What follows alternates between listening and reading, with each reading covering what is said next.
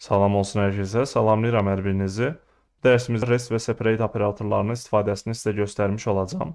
Normalda bunlar qarışdırılır biraz. Çünki rest də, separate də ikisi də 3 nöqtə ilə istifadə olunaraq yazılır. Sadəcə istifadə olunduğu yerlərə görə dəyişir bunun rest olması və ya separate olması. Yəni istifadə olunduğu yerə görə dəyişəcək. Burada rest olacaq, burada separate olacaq. İndi təbii ki, izah eləyəcəm. Praktik olaraq da sizə izah eləyəcəm. Baxın, bunlar da deməli ECMAScript 6 özəllikləridir. Yazıb baxa bilərsiniz. REST haqqında danışsaq əgər, REST operatoru hər hansı bir məlumatları, yəni array, obyekt və yaxud da ki, funksiyaya gələn parametrləri bir yerdə toplamaq üçün istifadə olunacaq. Baxın, toplamaq üçün. Açar söz burada budur. Toplamaq üçün.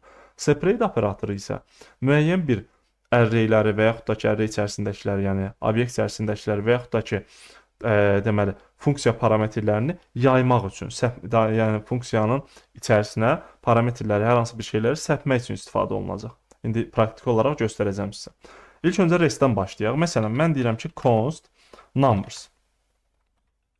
Buna mənimsədirəm 1, 2, 3, 4, 5 yazaq. Bu formada yazaq. Ctrl S edirəm.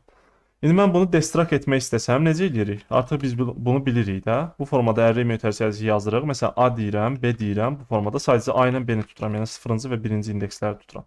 Və numbers'ı buna mənimsədəcəm. Gəlib sırası ilə CLG deyirəm, A-nı yazıram. Ctrl-C edirəm və Ctrl-V edirəm. Burada B-ni yazacağım. Ctrl-S edəcəm. Baxın, 1-2 cavabını bizə qaytardı burada. Fikir verdiniz. İndi 3-ü tutmaq istəsəm, məsələn, vergül yazıb bura bir dənə də D yazsam əgər bu formada, buna Ctrl-C edirəm, Ctrl-V edirəm, D yazıram bura. Ctrl-S edirəm, 3-ü tutduq. 4-ü də tutmaq istəsəm bu formada bunu artıra bilərəm. Elə deyil. Amma mən istəyirəm ki, bu A ilə B-ni tutum, amma D burada A ilə B-dən sonrakılar, yəni bu deməli 0-cı və 1-ci indeksdən sonrakıları bir array olaraq toplasın. Baxın, toplasın deyirəm. Onun üçün də D-nin qarşısına 3 dənə nöqtə yazacağam. Baxın, destruct etmədə D-nin qarşısına 3 dənə nöqtə yazıram. D burada 3 kimi gəlir, elə deyil. Ctrl-S edirəm, hal-hazırda artıq array kimi gəldi. 3, 4, 5-i array içərisinə topladı. Fikir verdiniz, uzunluğu da 3 olan bir array qaytardı bizə. Aydındır? Və ya mən B-ni də istəsəm, yəni 2-ni də istəsəm bura daxil edeyim. Bu B-ni silərəm buradan və bunu B-ni də buradan bağlamalıyıq ki, səhv verməsin. Ctrl-S edirəm. 2, 3, 4, 5 oldu artıq. 2, 3, 4, 5 oldu artıq. Fikir verdiniz? Yəni, müəyyən bir array-in içərisində olan, müəyyən indekslərdə olan elementləri, dataları bir yerdə toplamaq üçün istifadə olunacaq. Aydındır? Burada indi string ifadə falan da ola bilər də. True, məsələn, true yazaq bura. Hər hansı bir şey. True yazıram. True-nu da götürəcək bura. Aydındır? Bu formada. Fikir verin, toplamaq üçün istifadə olundu. Bu, REST-in array-lərdə istifadəsidir. Destruct olunmada istifadəsidir. Baxın, bu yazılır. İndi bunları Ctrl-KC eləyəcəm buradan. Ctrl-KC eləyəcəm. İndi gəlib bunun obyektlər üzərində istifadəsinə baxaq. Məsələn, const deyirəm, person deyəcəm. Buna mənimsədəcəm. Məsələn, first name deyək.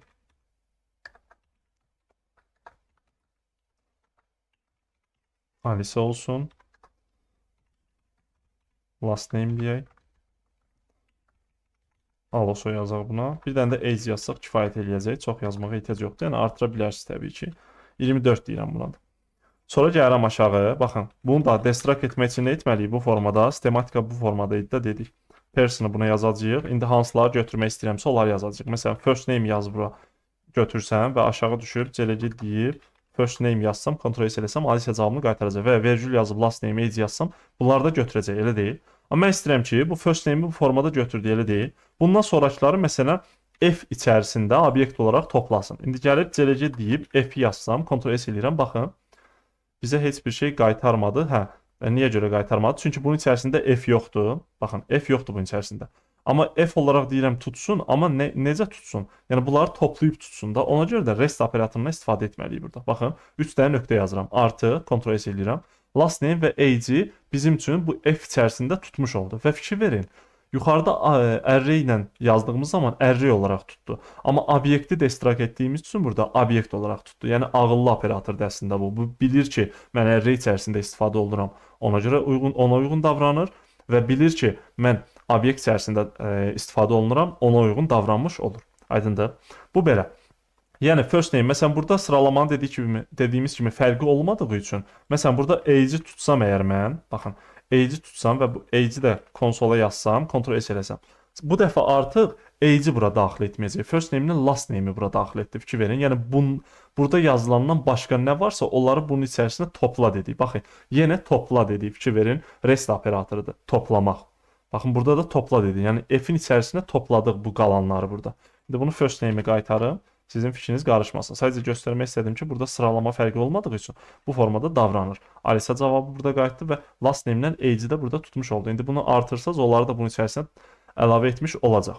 Bu da obyektlərdə istifadəsi idi. İndi son olaraq REST-in funksiyalarda istifadəsinə baxaq. Məsələn, baxın burada da toplama olacaq da. Məsələn, log funksiyamız var, düşünün. D parametri qəbul edir. Celəcə deyirəm, D-ni konsola yazır. Sadəcə D-ni konsola yazır. İndi mən gəlib buna log desəm əgər, baxın bu formada log desəm, 1, 2, 3, 4 və 5 parametrlərini göndərsəm. Baxın, yalnız biri mənim üçün konsola yazdı bu funksiya. Niyə görə? Çünki biz funksiyalarda bilirik ki, çoxlu funksiya qəbul olunubsa JavaScript-də bu formada davranırdı. Daha doğrusu funksiyalarda çoxlu parametr qəbul olunubsa, sadəcə biri tutulursa, soldan sağa onu deməli özünə mənimsədərək davam etmiş olur. Yəni biri götürdü. Və ya burada məsələn vergül yazıb başqa bir şey tutsaq, onu da yazsaq konsola 2-ni götürəcək. Bir dənə də vergül yazsaq 3-ü. Yəni ardıcıl olaraq bu formada uyğun gəlir. Amma mən istəyirəm ki, bunları bir array içərisində toplayım. Çox sadə. Baxın, 3 nöqtə yazırıq bura. D-nin qarşısına 3 nöqtə yazdıq. Parametrdə olan D-nin qarşısına 3 nöqtə yazdıq. Gələn numberları artıq array içərisində toplamış oldu. Burada string ifadə, true, boolean falan da göndərə bilərsiniz. Aydındır, mən indi numberlar üzərindən göstərirəm sizə. Və gələn parametrləri bizdə D içərisinə array olaraq topladı. Baxın bu rest operatoru. Burada da topladı. Fikir verin, yenə deyirəm, topladı.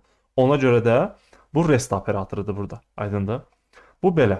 Bu da funksiyalarda istifadəsi. Ctrl S edirəm. İndi gəlir separate. Separate operatoru isə adından göründüyü kimi səpmək üçün, yaymaq üçün istifadə olunacaq. Yəni, məsələn, mənim const A adında bir dənə array'im var, düşünün. 1, 2, 3 deyirəm bunun içərisindəki dəyərlərə. Sonra const deyirəm, məsələn, B deyirəm. Bunun içərisində də, məsələn, 4, bir də 5 olsun. İndi mən gəlib bunları bir dənə array içərisində toplamaq istəsəm, baxın, bir dənə array içərisində yazmaq istəsəm, məsələn, D array içərisində. İstəyirəm ki, bunun içərisinə bu 1, 2, 3, bir də 4, 5 yerləşsin. Amma mən gəlib bura A və B yazsam, sonra gəlib bu D-ni konsola yazsam, D-ni konsola yazsam. Baxın, bu D-nin içərisində göstərir ki, 2 dənə nə var? Uzunluğu 2-dir. Baxın, burada 0-cı indeksdə 1, 2, 3 dayandı, yəni A dayandı. 1-ci indeksdə burada 4, 5 dayandı. Fikir verin, 4 və 5 dayandı. Yəni B dayandı. Amma mən istəyirəm ki, bu formada olmasın da. Mən istəyirəm ki, D-nin içərisində sadəcə bunlar yerləşsin. Onda A-nın qarşısına baxın. A-nı bura səpməliyəm, yəni number kimi. Bu formada, A-nı bu formada yazmalıyam da bura. Baxın, bu formada yazmalıyam sanki. Yəni 1, 2, 3 bu formada düşməlidir bura. Onun üçün də A-nın qarşısına 3 dənə nöqtə yazıram. Bu formada yazıram. Ctrl S edirəm. Baxın, A-nı bura səpmiş oldu. Və ya B-ni də səpmək istəsəm, bir var. 4, 5 yazın bura bu formada. Baxın, bu formada olsun. Və yaxud da ki, B-ni də bura səpmiş olaram. Baxın, Ctrl S edirəm. Baxın, yenə bu formada görsəndi. 1, 2, 3, 4, 5 formasında bizə görsəndi. Yəni fikir verin, səpmə oldu burada. A-nı parçaladıq, səpdik. B-ni parçaladıq, səpdik. Nəyin içərisinə? D-nin içərisinə. Aydındır? Yəni burada səncə bu yazılış bunun içərisində yerləşmiş oldu. Aydındır? Bu belə. İndi deyə bilərsiniz ki, məsələn, burada belə bir şey yazaq. Belə bir şey də yaza bilərik. Yalnız A-nı bunun içərisinə səpim. Baxın, 1, 2, 3 görsənsin. Amma bunu deyə bilərsiniz ki, məsələn, bu formada yazaq da elə. Eyni şeydir. Amma eyni şey deyil əslində. Belə yazdığımız halda, celəcə deyib, D-nin A-ya bərabərliyini yoxladığımız zaman Ctrl S edirəm. True cavabı çıxır bizə. Çünki hansı ünvana bax, yəni referans tayplarda bunu keçmişik. Biz deyirik ki, D-yə deyirik ki, A hansı ünvana baxırsa, sən də get o ünvana bax deyirik burada. Aydındır, əlaqəsi qalır bunlar. Ona görə də bunlar bir-birinə bərabərdir. Amma bu formada yazanda separate ilə bunu səpələdiyimiz zaman artıq bu false çıxacaq. Çünki bu buna bərabər deyil. Sanki burada da başqa bir array yazdıq. 2, 3 bu formada bir array yazdıq. Aydındır? Nə olsun 1, 2, 3-dür, 1, 2, 3-dür. Bunların referans ünvanları bir bərabər olmadığı üçün D ilə A bir-birinə bərabər deyil. Aydındır? Ona görə də bu əslində deməli separate operatorunu bəzən də referans əlaqəsini itirmək üçün də istifadə edirik. Yəni istəyirik ki, referans əlaqəsi olmasın da fərqli bir onu kopya eləyək, başqa bir arraydə işimizi icra edək.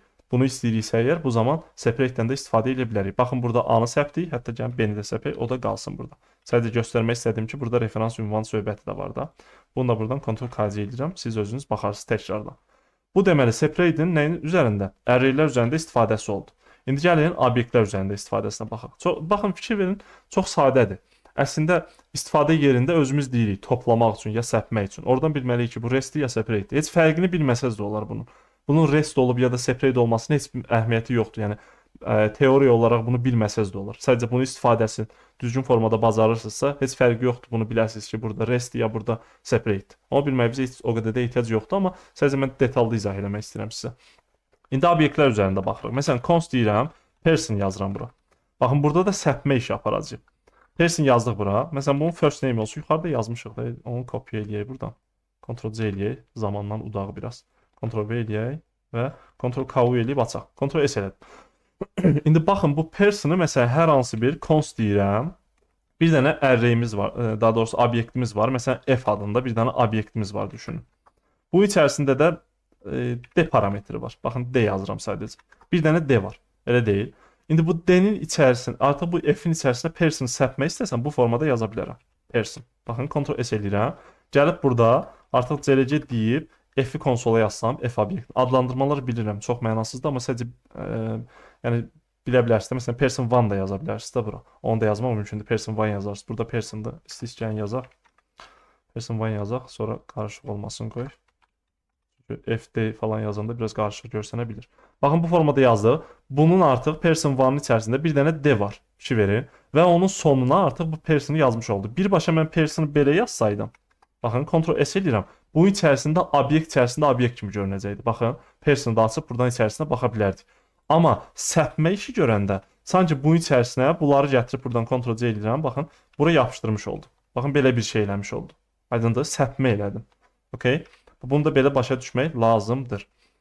Bu da belə. Hətta bunu buradan silirəm. Bu formada baxıram. Baxın, gəlib əgər mən baxsam, bərabər etmədi. İstəyirsə ona heç baxmayaq.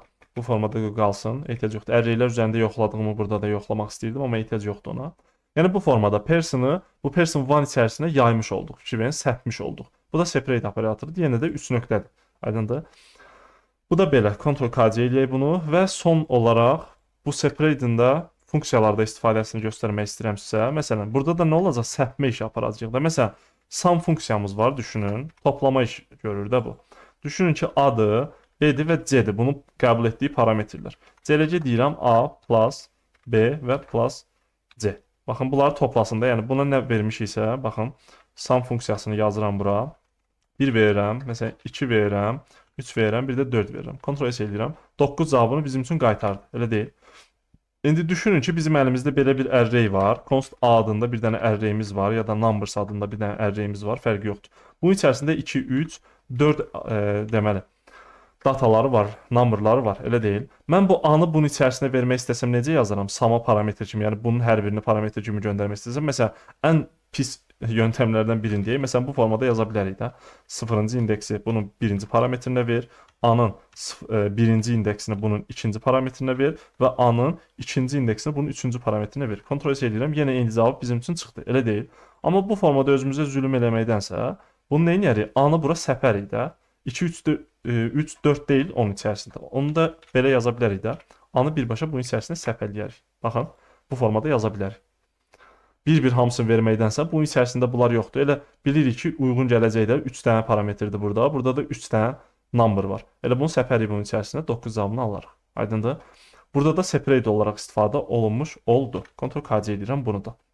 Yəni, bu ikisinin istifadəsi bu formadadır. Həm array'lərdə, həm də obyektlərdə, həm də funksiyalarda. Aydındır? Təbii ki, fərqli istifadələri də var. İndi obyektlər üzərində də, array'lər üzərində və yaxud da ki, digərlər üzərində. Amma əsas olanları bunlardır. Yəni, bunları bilməyiniz başlanğıc olaraq, hətta orta dərəcə olaraq sizə kifayət eləyəcək. Yəni, istifadə olma yerinə görə dəyişəcək. Hardasa istifadə, yəni bunu mütləq istifadə etməliyik, məcburiyyəti yoxdur. Qeyd edirəm sizə. Sadəcə bu bizim işimizi rahatlaşdırır. Daha sürətli kod yazmağımızı rahatlaşdırır. Bir var ki, yəni A-nın 0-cı, 1-ci, 2-ci indekslərini bura əllə o formada yazaq. Bir də ki, 3 dənə nöqtə A yazaq. Sadəcə onu səpələmiş olsun orada. Aydındır?